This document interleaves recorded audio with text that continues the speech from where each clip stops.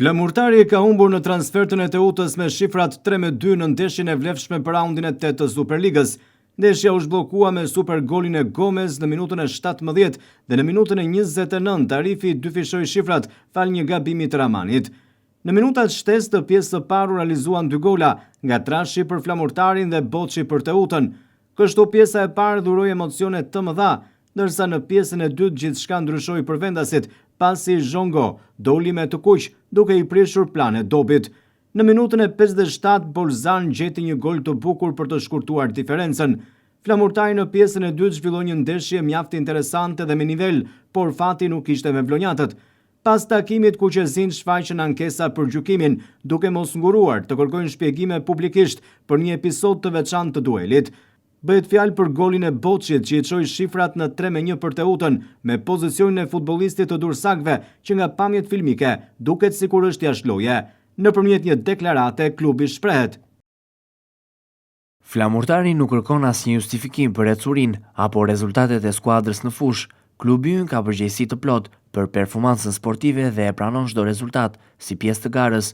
Megjithatë, kërkojmë nga organizatorët e aktivitetit sportiv që të sqarojnë publikisht dhe me transparencë çfarë është ky rast, çfarë po ndodh dhe pse. Flamurtari kërkon qartësi dhe drejtësi në respekt të garës, të lojtarëve, stafit dhe tifozëve tanë. Ne besojmë se futbolli duhet të udhëhiqet nga ndershmëria, respekti dhe rregullat e barabarta për të gjithë.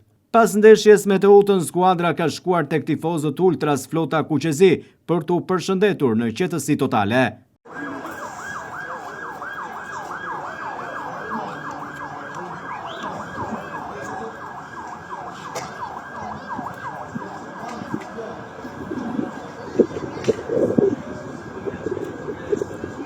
Trajneri i Flamurtarit Francesco Moriero ka qenë i zhgënjur me humbjen e skuadrës së tij ndaj Teutës, por ai thekson se ekipi duhet të mendojë për ndeshjet e radhës, duke u përpjekur të përsërisë dëshirën e shfaqur në pjesën e dytë të kësaj ndeshje.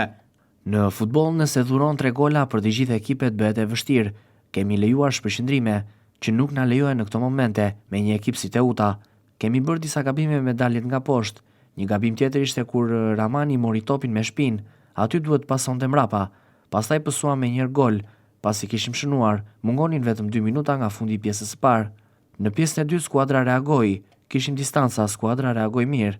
Sipas meje, në një ndeshje ka shumë ndeshje brenda, module që ndryshojnë. Normalisht që nëse lojtari kundërshtar arrin para teje, e fiton duelin dhe ne këtë nuk mund ta lejojmë absolutisht. Unë dua ta shoh ekipin që luajti në pjesën e dytë, të rifillojmë nga kjo pjesë e dytë, me një skuadër e cila u përpoq me çdo mënyrë që të barazonte. Ne patëm rastet tona, por dua më shumë vendosmëri.